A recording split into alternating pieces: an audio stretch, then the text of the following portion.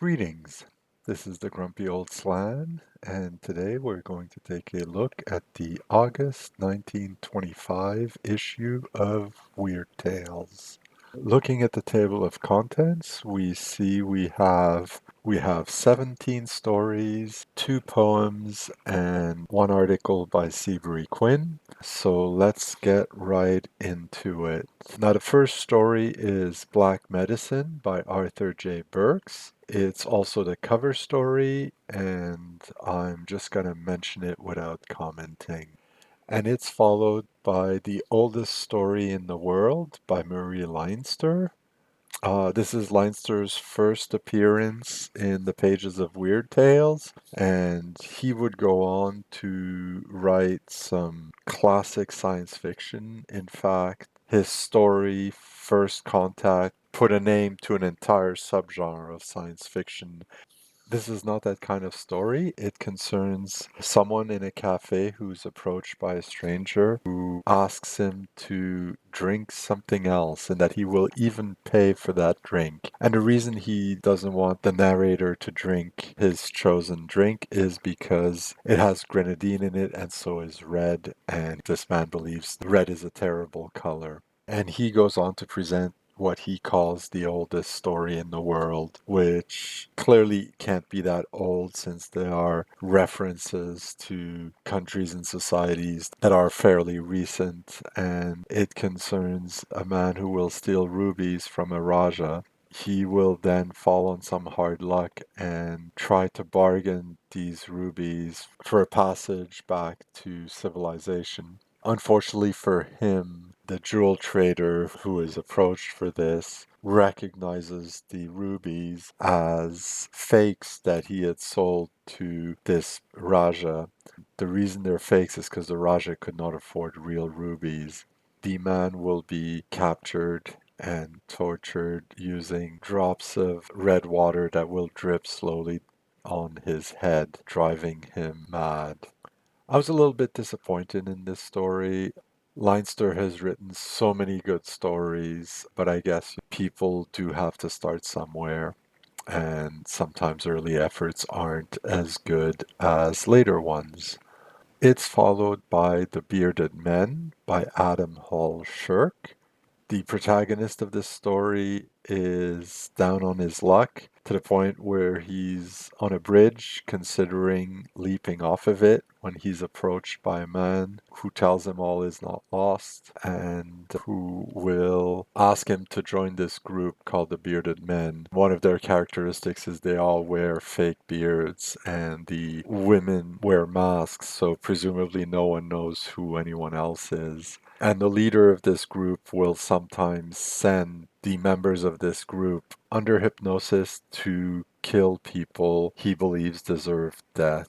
And because they're under hypnosis and they don't act like normal people, they will always commit these murders undetected. The relatively disappointing ending comes when the leader of this group dies, and going through his papers, they find a letter explaining how he started the group, and also the signature tells us who he was, and he is Charlie Ross, which at the time might have shocked people. I'm not sure.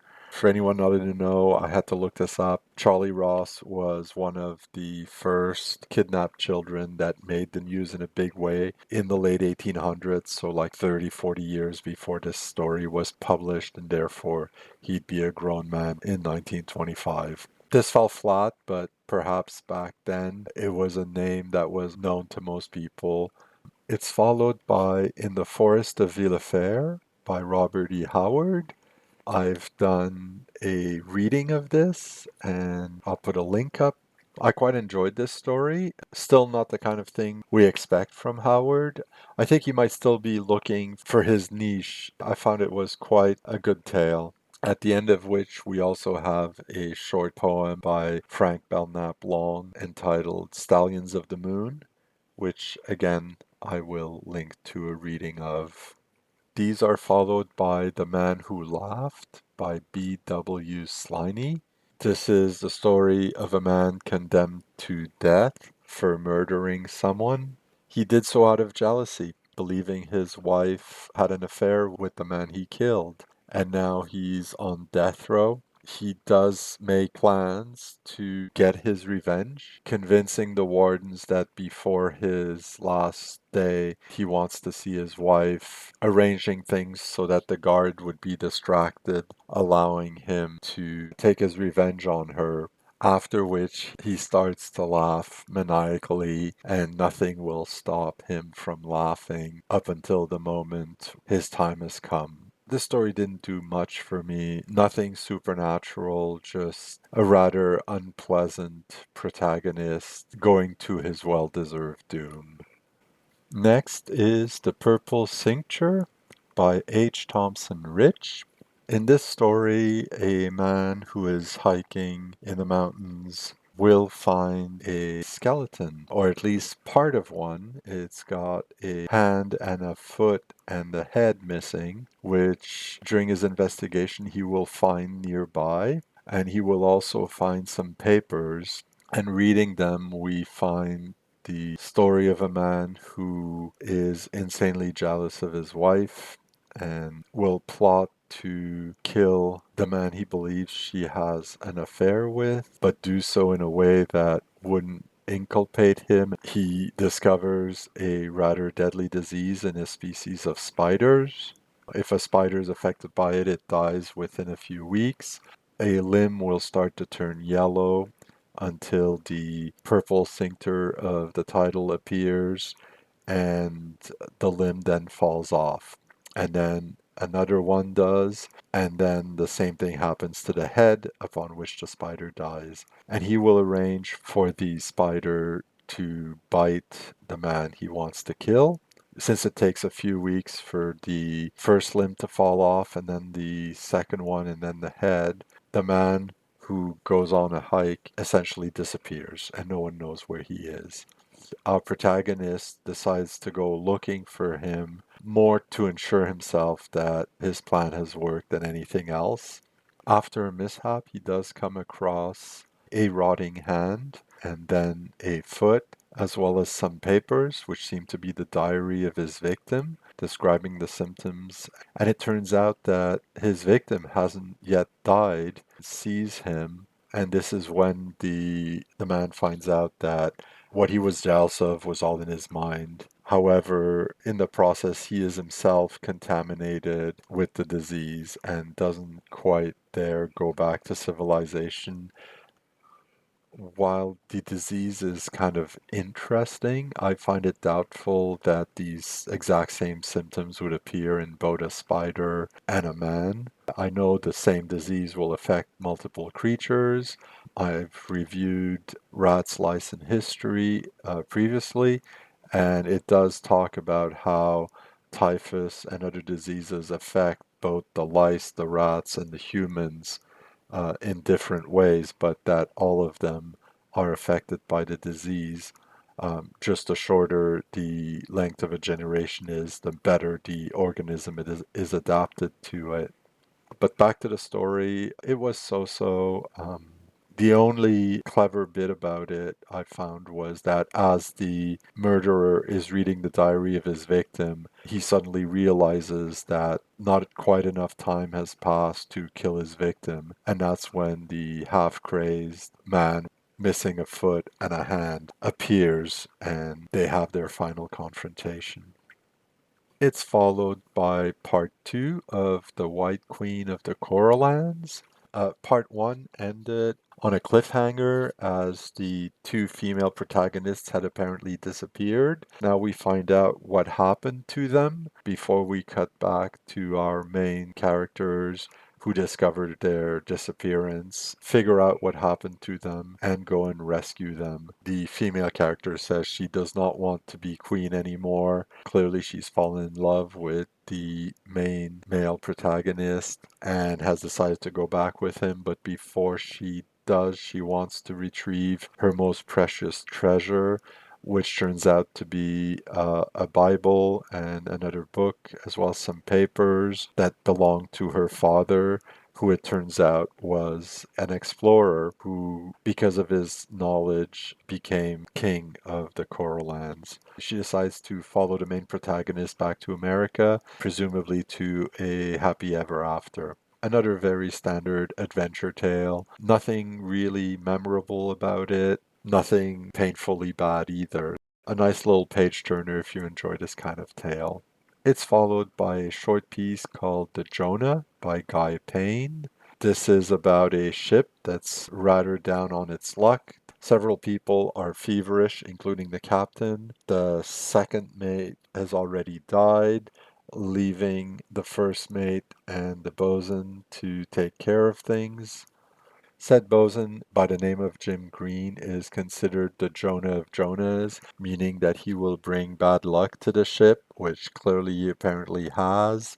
The ship is also being followed by a shark who seems to shirk away from the piece of pork meat that is put on a line in order to catch it. One night he disappears. The only evidence of his departure is a splash in the water. People think he might have jumped, but literally moments after him being off the ship, a wind starts up which manages to bring the ship safely to shore. And then we find out that one of the crew members had a fight with the Jonah, killed him, and then tossed his body overboard, and everything else is apparently just coincidence, except that once they're back in port, they decide to go for a swim. And this is where they discover, stuck on the hook that was still trailing the ship, is not the piece of pork meat, but the body of Jim Green, the Jonah. More of a tale hinting at maybe some supernatural, but mostly meant to shock with its surprise ending. It's followed by The Green Scarab by Willis Knapp Jones. In this one, an artist is painting a portrait of a woman he has visions of, and a friend of his who's an Egyptologist wonders at his apparently new interest in Egyptian things, for part of the painting is a scarab, which the artist claims he doesn't remember painting at all. He will be invited by his friend to the unwrapping of a mummy, and at this point, he discovers that the mummy has the same scarab with the same inscription around her neck. And another mummy that was also discovered nearby contains the body of a man who clearly was an artist, for his paints and stuff were buried with him. The artist then has a vision of the mummy coming to life, upon which he is awakened by his friend, and they discover that his canvas, which has fallen to the floor, is now entirely blank except for a small reproduction of the scarab. I quite enjoyed this tale actually. The characters don't seem to know everything, they don't have the exact piece of knowledge to explain everything away. They and we are left a little bit in the dark as to what really happened. It's nice to have that ambiguity sometimes. It's followed by The Lantern Maker by Frank Owen. This is a story of a Chinese lantern maker who is quite old and described as quite ugly, who makes wonderful lanterns and will tell the narrator who visits him a story of when he was young, how he was in love with the most beautiful girl. While they enjoyed a nice romance, before he got to marry her, she went to another man who clearly was richer. And now this lantern maker is working on what he calls the Lantern of Love, which will bring her back. Narrator then finds out from a nearby tea shop keeper how this story is over 40 years old. He seems to be living in the past and still thinks of the girl as young and graceful and beautiful. However, she is now just as old as he is and has probably also suffered from age in the same way. And while the narrator sees this as a very sad thing, the tea shop owner thinks maybe not, because he has the memory and sometimes that's better than the thing itself. So a nice little story, nothing really supernatural in it, just the story of an old man pining for the love he had in his youth. It's followed by Servants of Satan by Seabury Quinn. This is the sixth installment entitled Maria Schweidler. Unlike the first five installments, which were all about the Salem witch hunts, this is about a girl being accused of witchcraft perhaps 60 years earlier somewhere in Germany. Luckily, at the last minute, she is rescued by a young man who is going to marry her, who is part of the nobility. He manages to expose the fact that it was someone who she turned down and who had no serious intentions with her except just taking advantage of her, taking his revenge on her, making people believe she was a witch and getting her accused. At first, I was a bit disappointed this sixth installment was there since it wasn't part of the story of the Salem witch hunts and felt a bit out of place. Since it has maybe a happier ending than the story of the Salem witch hunts, maybe it was meant to just leave less of a bitter taste in people's mouths while still reminding them how terrible witch hunts are. And the next story is The Devil's Opera by Arthur S. Garbett. This concerns a composer who decides to return to his hometown to work on his next piece, which he's been having difficulty with. And he meets up with what we would today call a high school sweetheart, who is married to a well known politician now. He spends some time with her to the point where the husband is quite unhappy about this, so they decide to try to still meet up but more discreetly. And he will eventually make her listen to her piece at her insistence on the piano, but he feels it's the devil's music. He feels that he's been possessed while composing it. He will do this while the politician is away giving a speech. As he is about to take his leave, the politician catches them, assuming they've been acting improperly, will attack, and he will kill his wife. Composer will, in the struggle, fall unconscious. When he wakes up the next morning, there's some policemen there. He asks if they managed to catch the husband, the politician, and they believe he's crazy since as he finished his speech, he passed away of what seems to be a heart attack. So one of those, the person dies, and what seems to be a spirit manifests shortly after his death to take revenge. So I found this was a rather so-so tale. There's nothing really unusual about it, and we've seen others like it in the past couple of years of the magazine. It is followed by the second of the Weird Story reprints, Dr. Heidegger's Experiment by Nathaniel Hawthorne. For those not familiar with it, the doctor in question has found a way to give people back their youth, and he would invite some people of his acquaintance to experiment with this cure for age that he has found. He will, however, abstain from using it himself. As the company becomes younger, their more unpleasant side comes to the fore, confirming the doctor's thoughts that humanity is still not ready for the fountain of youth. Well, this is a classic story. It feels like it falls a little flat, but it is quite well told. The moral element of it feels a little bit heavy handed, but it didn't prevent me from enjoying it. It is followed by The Graveyard Skunk by Harry Harrison Kroll, which I will mention but not comment on. I will, however, comment on The Last Trip by Archie Binns. This one concerns what seems to be a bus driver who is quite pleased with himself because he's managed to pick up a full load of passengers without having to wait too long into the evening.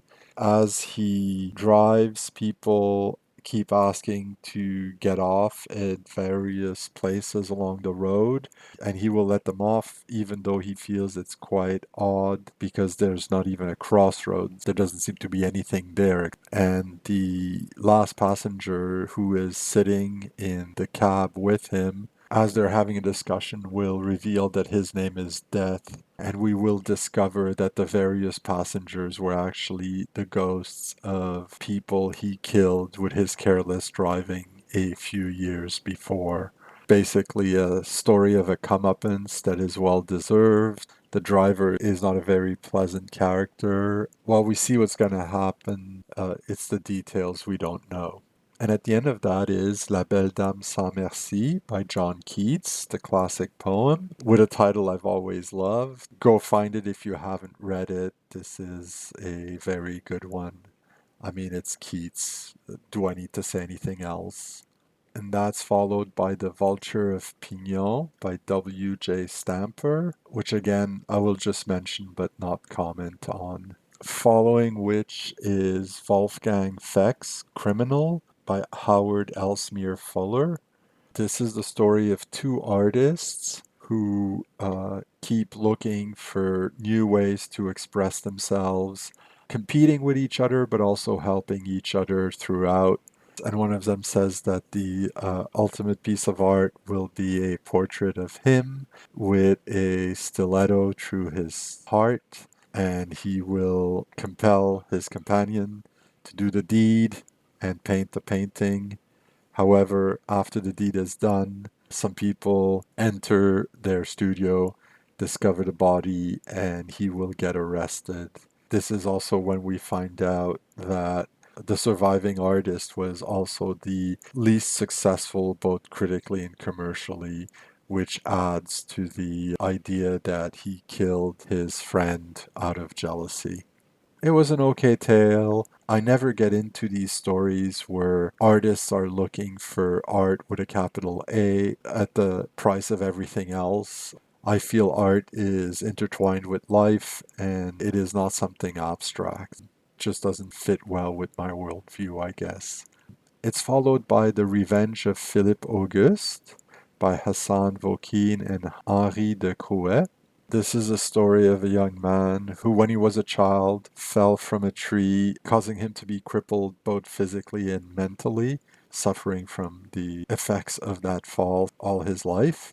As an adult, after having been away studying, him and his brother will inherit the chateau that belonged to his parents. He will move back into the ancestral home, giving him, among other things, access to his father's laboratory, and he will decide that he will take his revenge against his brother. Here we see his diary, fragments of which were allegedly found, and this is how the tale is reconstructed. And he has a plan to kill his brother, which is one of those very elaborate things that is bound to fail, in which he has invited his brother to come. He assumes his brother will just let himself in and come up to his room, at which point a timer will have been set that will cause an explosion, killing them all. Of course, as the timer is set, this is an irreversible process.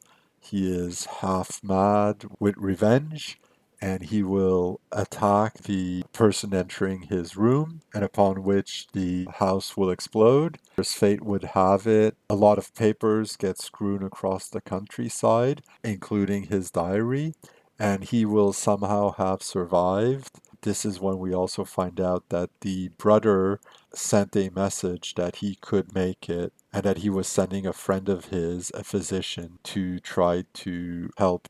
This physician is the one who was caught in the explosion. Nothing really supernatural, just someone who feels, justly or not, that he hasn't gotten what he deserves in life and decides to take revenge against the person he perceives as being the cause of all his woes. I didn't really get into this story too much, though I must say it is well told. I do like stories that are told in the form of a diary, but that don't come out of it at the end. Finally, we have The Eerie, which starts with a rather positive note, stating that Weird Tale is now firmly established and that it is now possible to lay out a more definite program of even more wonderful stories for the future. They then go through a brief history of the first 2 years or so of the magazine, going over some of the more popular stories, which aren't necessarily those that we would expect today. In fact, some of those mentioned as being very popular are some that I really disliked a lot, that feel very clunky to a modern reader. Some that weren't mentioned are now considered classics. It's nice to see the magazine is doing well.